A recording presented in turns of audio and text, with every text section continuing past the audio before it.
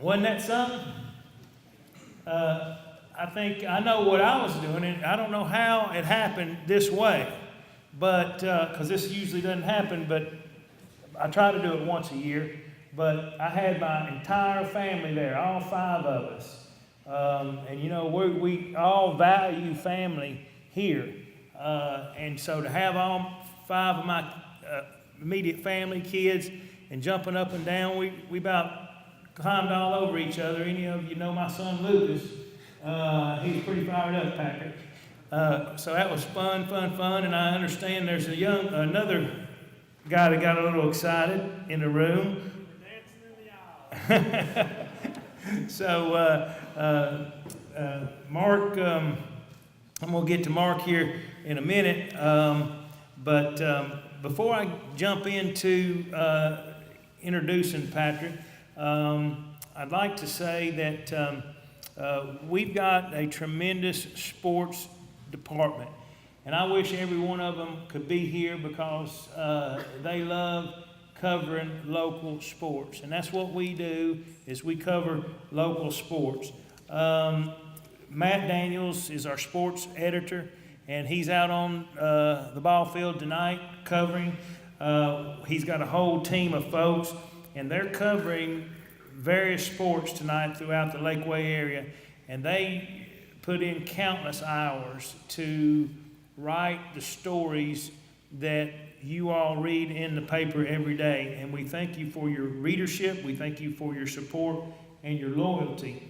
But I especially want to thank them tonight. Probably don't do as good a job thanking them every day as I should, but you know, tonight they are covering soccer games for both East and West.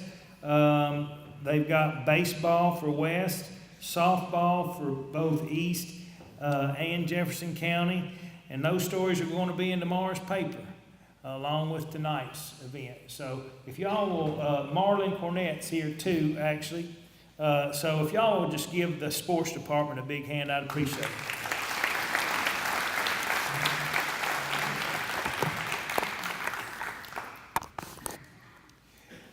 Now, I said I'd get back to Mark. Mark and I go back a long way. He was the tennis pro at the country club, probably about 4 or 5 years ahead of me in school. But he kind of took me under his wing, another mentor, and maybe taught me a little thing about tennis. So I appreciate that.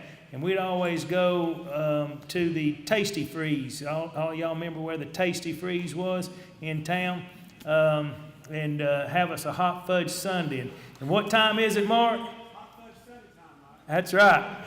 But we burned those hot fudge sundaes up. So we had a big time as kids, and we're friends today. And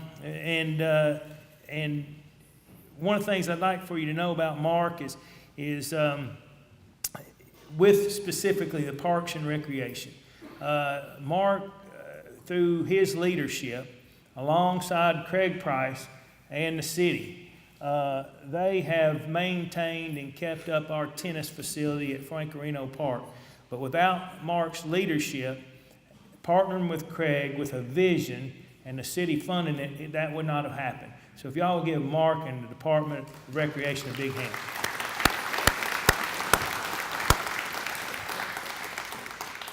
Now it's time to introduce our featured speaker tonight. He is one of our own. He was raised in Morristown.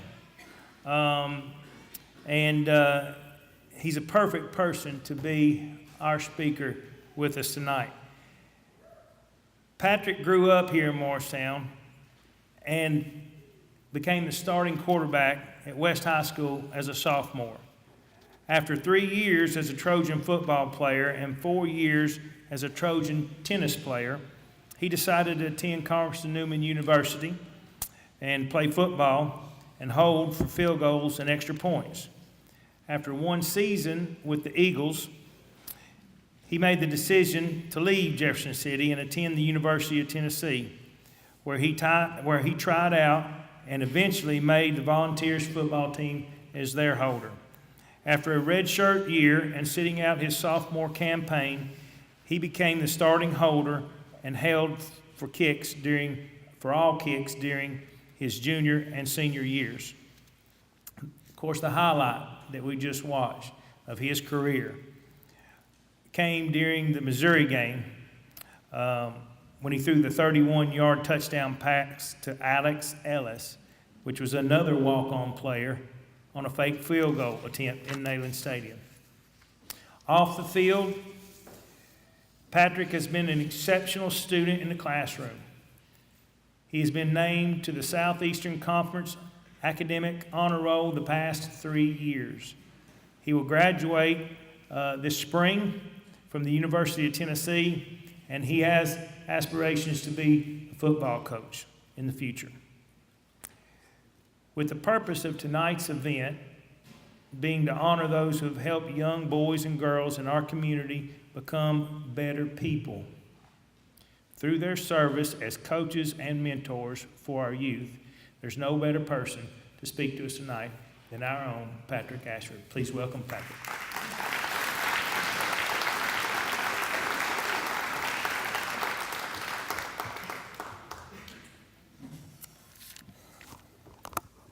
Let me get this mic set up.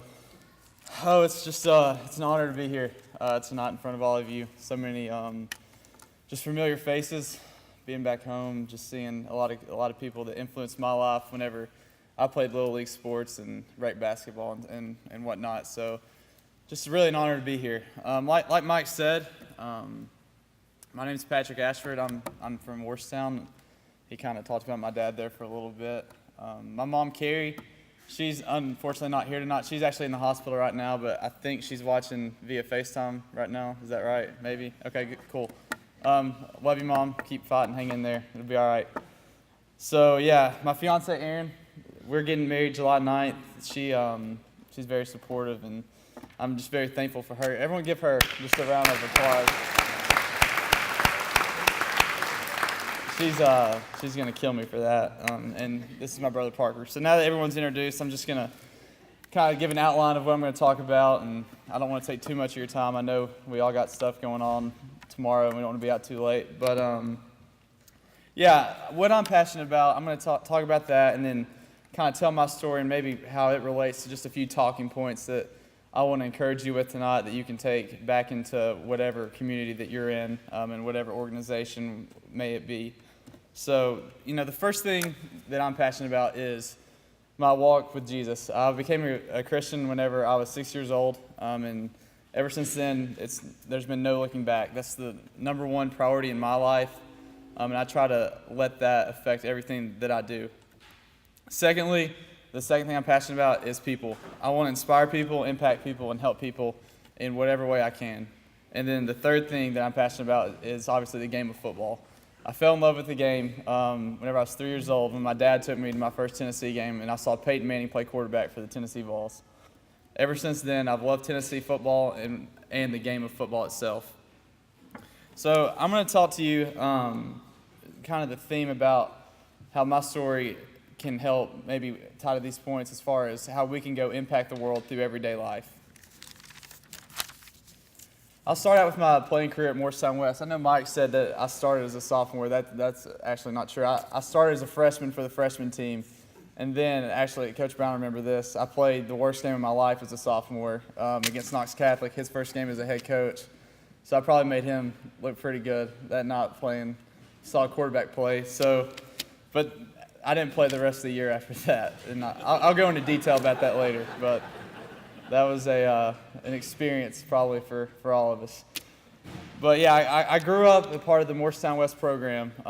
Coach Woods, who was the head coach before Coach Brown, allowed me to be a ball boy, which I would throw the balls to the referee and keep them dry if it was raining and kind of do that deal since I started doing that in the 4th grade through the 8th grade. So I grew up around the program, so it really meant something to me to be able to be the quarterback at Morristown West. I was able to start as a freshman in 2007 and was fortunate enough to be moved up onto the varsity squad at the end of the season. That small move by Coach Woods empowered and encouraged me and gave me some confidence heading in into a season that I would need it, going to and prove myself to be the starting quarterback at West. In my first playoff game, I remember this story. We were playing at Sullivan South. It's the second round. It was our first road game in the playoffs. And Coach Woods told me to go out with the holders during warm-ups. I'd never held the ball before and really had no expectation ever to do so. But little did I know that would lead to me one day playing football in the SEC. You never know, and I just want to give a quick point. You never know just the impact that a small gesture like that can make, instilling confidence in a young person. After my freshman year, as I mentioned earlier, I was the backup quarterback heading into the Knox Catholic game, and our starter, Sean Jones, went down with an injury in the jamboree, and they moved Will McKinney, who was actually a defensive lineman at the time. That should tell you how quality of play I was giving them during fall camp. And so they moved the defensive lineman to quarterback, and unfortunately, Will got injured on the third play of the game, and I had to go in the game, and it was just a complete disaster. I went 0 for 8 and threw an interception, and we got beat like 28-0. So that was my first time playing quarterback. But things got better my junior year. I was a starter for 2 seasons in 2009 and 2010, and we had some great memories and a lot of great wins for our program and for our football team and for the school in general. I'm sorry to you East guys. I know you're here, but my most memorable high school win was my senior year against East. We won the game 28-26 and played a great what I would consider complementary football, which is offense, defense, and special teams all picking each other up whenever maybe one was playing a little more poorly than the rest, and we came in a great win for our team. Including my freshman year, we went 21-9 whenever I was a starting quarterback. All the credit for that goes to my teammates and to my coaches for preparing us each and every day and having us in a situation to go win games. It's hard to win one game in the conference they play in, let alone 70%, and they deserve great credit for that. After high school, I went to Carson-Newman College. Like he said, I had no offers out of high school, not even to walk on anywhere. So it looked pretty bleak as far as things were concerned for me wanting to be a college football player and a college coach. But 2 stories. Coach Brown gave me this book about walking onto a program and just about being a part of a team and giving your all to be a part of a team. And that kind of put in the back of my mind that I wanted to maybe walk on at the University of Tennessee. But for whatever reason, the Lord led me to Carson-Newman, and I completely am glad that I did that for that season. I met a lot of great friends, made a lot of great memories, and was able to sit under Coach Sparks, who gave me some great, not experience I guess is the word, but just a great understanding of how to be a good coach one day whenever I'm given the opportunity, hopefully soon, I guess. So after the conclusion of my freshman year, I transferred to Tennessee. Scott Altizer, who some of you may know, he's from Morristown as well. He was at the time I'm going to get a drink of water. Scott, he was the director of high school relations at the time, which meant he was in charge of our walk-on program. So every walk-on had to go through him in order to make the team. So I sent Scott my high school highlight tape, and I guess he saw something that he liked, and he gave it to Coach Dooley. After Coach Dooley signed off on it, I was granted a walk-on spot and was able to join the team in the summer of 2012. I was really excited whenever I got to Tennessee. I never thought that I would ever be on the team ever in my life. I just thought it would be a dream that, like every young person probably that grew up around here has of being a Vol. But there I was, and I was very excited about this season. I thought that was going to, there's a lot of hype going on right now about this coming season for the Vols, but I really thought going into that year we were going to be pretty good because I thought we were talented. Out of all 11 of our offensive starters went to the NFL, and that should tell you, that we had a talented team, but for whatever reason, we didn't. It never manifested, and we went 5-7, and Coach Dooley was fired. As we all know, Coach Jones, he was hired, I think, early December, right after Coach Dooley was fired, and man, wow. I forgot, somebody was asking about Coach Jones earlier, and you see what you get on TV, I guess, and what gets portrayed to the public. But Coach Jones, I can say, he is everything that you see on TV. He's passionate, energetic. He is a unifier. He brought a desperate sense of family and togetherness that our program needed at the time, and really what I consider that every great program needs. He brought the importance of competition. I think you've seen the results with that in recruiting and game planning, the way that the team plays on Saturdays. I think his whole demeanor has really been put on our football team, and I think they're going to have a great year this year, and hopefully we'll get an SEC championship. So getting back to the story, Coach Jones' first spring, I was let go from the team, and I was cut from the team, and they said that they no longer had a spot for me. And this was, for me, was a great time of confusion and disappointment, because that first year, since I was ineligible from transferring from Carson Newman, I was not able to dress or run through the tee. So, like I said, I was confused and disappointed. Many times I'd pray, why, Lord? Why would you let this happen? Why is it not working out the way that I wanted it to work? But then I sat and reflected on Romans 8:28 that says, that God works all things for good for those who love Him. And I just reflected on that, and it kind of just changed my perspective.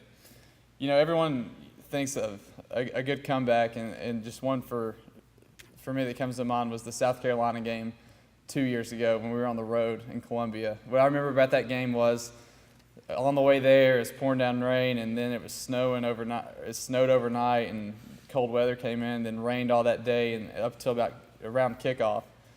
And South Carolina just kind of jumped on us and kind of led the whole game. And then there at the end, we were down 2 touchdowns inside 4 minutes, and fortunately we had Josh Dobbs and some other playmakers that kind of led us down the field. Our defense got a 3-and-out, and we were able to make really what I thought was one of the biggest comebacks in Tennessee history, and get them in overtime. That was my personal favorite game, even more so probably than the Missouri game, because we were able to come and pull off a big team win.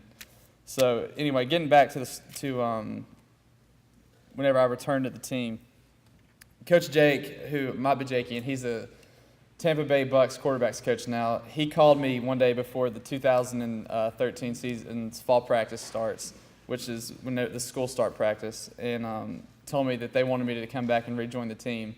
And it was just a sense of just relief more than anything that I was able to come back and have another shot at living my dream. It was a fun season for me, as I was able to finally dress and run through the tee and participate in the ball walk that I'd dreamed of my whole life. And it's definitely something that I'll remember. 2014 was fun for me because I got to finally play football for the Vols. It was no longer just dressing and being a part of it all, but I actually was participating in the games. I'll never forget my first time running on to the field for a play. I know Neyland Stadium's capacity is about 102,000, but whenever I ran out there, I thought there might have been about 400,000. It looked a lot bigger than you normally see it to be, in my perspective, on that moment. Running off the field, a cool moment was being able to embrace Michael Cantwell. As many of you know, he played at Morristown West as well, and we were able to play. We were able to play football together from middle school all the way through college, and running off the field and being able to embrace him was a special moment for me. Just to have him there with me in that time. He's been one of my good friends, and I'm thankful for him. The season was fun. I got to travel to Oklahoma and go to be a part of it all and fly with the team and play in the games. But as you saw earlier, the play was probably the most memorable thing from that time. What I remember was Saturday night college football, and Chris Fowler and Kirk Herbstreit had the call for ESPN, and it's everything you dream of as a child. I remember whenever I was a kid, me and Dad would get up on Saturday mornings and watch College Game Day, and it was just a little surreal being in warm-ups, watching them, or knowing that they were watching me warm up for a game. Josh rolled out to the right, and he was tackled in front of our sideline. It was going to be about a 4th and 6, and we had struggled on field goals for whatever reason. Inside 40 yards, we were automatic, but once we backed it up, as you all know probably from this year, watching us in a few games, it wasn't as automatic as we would have liked it to be. So I thought we might punt the ball. on that play, but instead Coach called the fake field goal. And so running onto the field, I didn't really have time to process what was about to happen. I just knew to revert back to my training, that just to go through the play like I had. Can everybody hear me okay? I'm just kind of, okay, good. To go back to my training and just execute the call. So I took the snap and dropped back, and Alex did a great job of sneaking through, as you saw on the video, and he was able to run under the ball and make a great catch and score a touchdown and make our team look good and at the time shift the momentum. So that was awesome. That was an awesome moment for me, and other than getting engaged to her, that was the most thrilling moment of my life. So yeah, it was something special. You know, he was talking about 31-yard touchdown pass, and it made me think back to, you know, I had a better QBR, which is essentially your passing, you know, efficiency, than Peyton Manning up until the Northwestern game this year, and we ran another fake, and I threw an incompletion, and so I no longer can say that I'm a better quarterback than Peyton Manning. So. But yeah, that was fun being able. We won the Taxler Bowl, the first bowl that we had won in a long time, and it brought some excitement, I think, back to our fan base that really needed it, because they always have been supportive of us, and I know that a lot of you wanted us to win. So I was glad that we could get that bowl win for you all. And then, so yeah, looking forward to 2015, we had a lot of excitement. We thought we were going to win the SEC East, I believe still we had the best team in the East, and we should have just closed out some games. But like I said earlier, many times in life, things don't go our way in the way that we plan for it to go. What I remember about this season probably isn't as good. The biggest memory is missing a field goal against Florida by about that much to win the game, and then missing 3 field goals at Alabama. But, you know, that, as disappointing as that was, you know, in that time, I thought me and Aaron were able to refocus and finish the season strong, as we made 12 of 14 kicks to finish the year, and I think we scored the most points in Tennessee football history for a kicker. So that was something that we took away. And really the changing point for our season was whenever me and Aaron, we read the Bible verse, Colossians 3:23, that says, whatever you do, work at it with all your heart as if you're working for God and not for men. Because during that time we were facing a lot of outside negativity from media and fans and whatnot, and we just had to really refocus and realize that who we were playing for, that we were playing for the Lord to honor Him with our gifts and to and playing for our teammates and our brothers. And so I was proud of the way that we finished the season, and as the way we finished the season as a team, winning, I think maybe 5 or 6 in a row to win and we won the Outback Bowl. So I take pride in that. I realized that all that matters through my journey at the University of Tennessee is it's not about winning games or about the fame or anything. It's about the people that you impact and the people that you allow to impact you. So just a few points that I want to encourage you with before we go, and kind of playing off the theme of how we can impact others in everyday life is, you know, the first, I encourage you to be positive.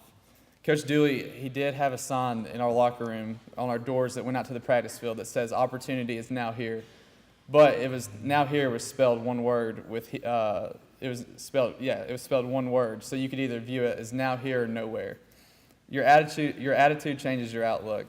If you look at the world with a glass half full, you're able to do infinitely more than if you look at it with a pessimistic attitude.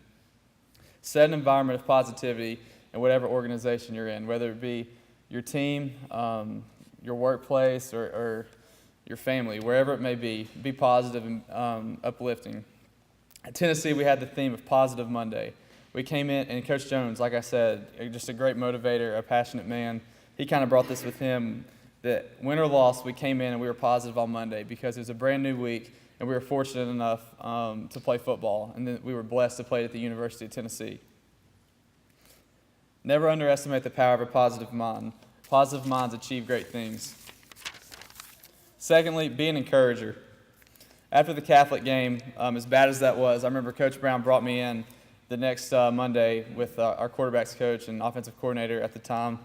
And whenever I felt like the whole school, the whole community, and even my teammates were against me, he put his arm around me and told me that everything was going to be all right. It changed my outlook and helped me to bounce back from what could have been a detrimental experience for me.